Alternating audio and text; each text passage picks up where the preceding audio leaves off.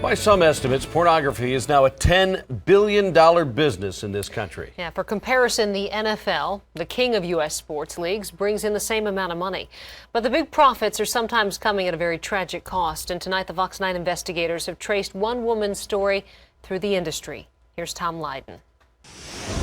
Tonight, a story about unforeseen consequences. It's about what happens when a young, impressionable woman enters a world she knows almost nothing about. And instead of getting famous, she finds people turning against her. And it all plays out against the modern backdrop of social media, bullying, and internet pornography. And the tragic sequence of events began just a couple months ago. Minnesota, huh? Yep. Born and raised there? Yes. Wow. The first thing you might notice about Alyssa is that she is stunningly beautiful. But she is also so much more. She's a straight-A student, too. A freshman at UW River Falls with big dreams. I want to minor in chemistry, and then I want to be an anesthesiologist. Wow. But this is no ordinary job interview. I did a lot of sports. Taped earlier this year in Las Vegas, it is the seemingly normal prelude to a pornographic movie from a company called Casting Couch Videos. I'm Stella Ann. I'm 18. I'm from Minnesota, and I'm really looking forward to get started. And in a few minutes, Alyssa, who goes by the name Stella Ann in the movie, will be seen on camera having sex with a total stranger. Just a few days after that video was posted online, Alyssa began getting taunting messages on Twitter and Facebook, mostly from old classmates at Stillwater High School, who huddled around their smartphones in the cafeteria looking at the video. And they were not kind. One student tweeting, "Wow, you're a thought," slang for prostitute. Does her dad know? Another wrote, "Nothing brings a school together like a porn star who graduated last year. I guess you could say news spreads fast here at Stillwater. Ha ha." Alyssa responded with her own tweets, famous for days, and porn star status, A-OK. And yet, everything was not okay. Because just 2 weeks after the video was posted online, on April 14th, Alyssa bought a 12-gauge shotgun and drove to this picturesque boat landing on Big Carnelia Lake and killed herself. She was only 19 years old. Alyssa's family declined to talk to us on camera, and you can certainly understand why.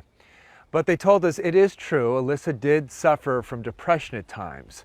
But they believe the taunting she received on social media, whether it should be considered bullying or not, played a significant role in her suicide. The Washington County Sheriff's Office is still investigating Alyssa's suicide, but detectives don't believe the postings on social media constitute criminal harassment. And a spokesperson for Stillwater High School says they haven't received any complaints or reports of bullying.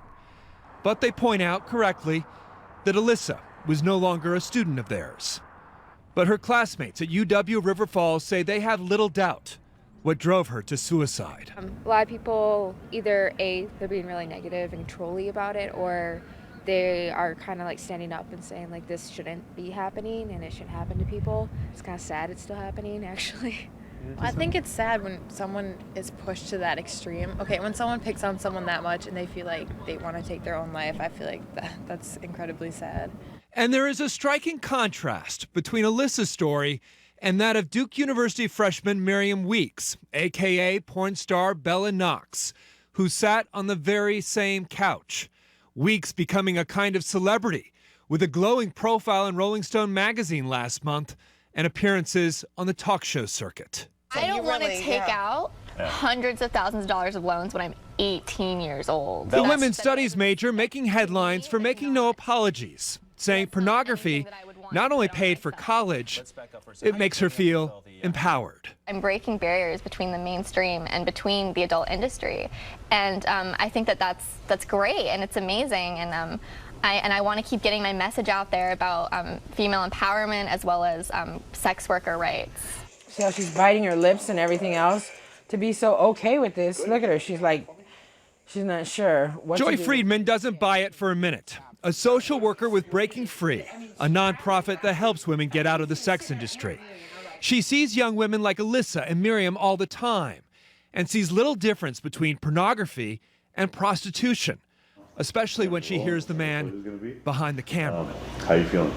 A little bit nervous. Okay, that's fine. That's fine. That's a standard, normal reaction. Talked her up and made her special. He did the same thing that pimps do. Listening to that reminded me of the pimps who used to talk to me. I've seen a lot of work, watched a lot of porn, seen a lot of nude photos. Friedman believes because children are exposed to pornography at a younger age, they've become desensitized to it and don't realize the decision to do porn today will follow them for a lifetime. This is permanent. She can't erase this. Now it goes into your family, it goes into your friends, it goes into your career in the future. This is what you're going to be known for, and this is who you're labeled as.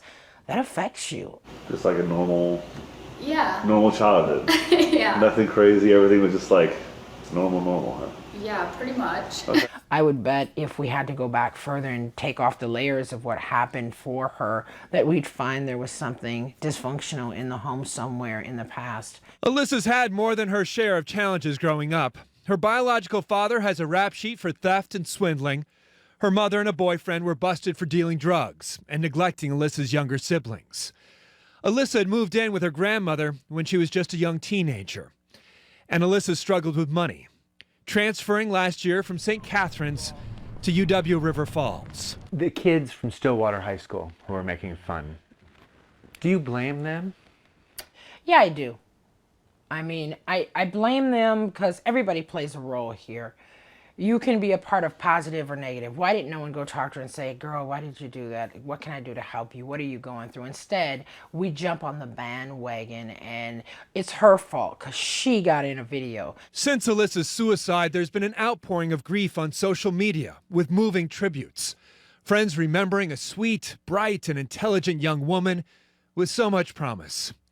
And yet, a month after her suicide, that pornographic video is still online too, outliving the young woman who paid so dearly for it. Fact is, if this is such a glamorous, okay job / lifestyle / career, why did she kill herself? The Washington County Sheriff's Department is expected to complete its investigation into Alyssa's suicide very soon.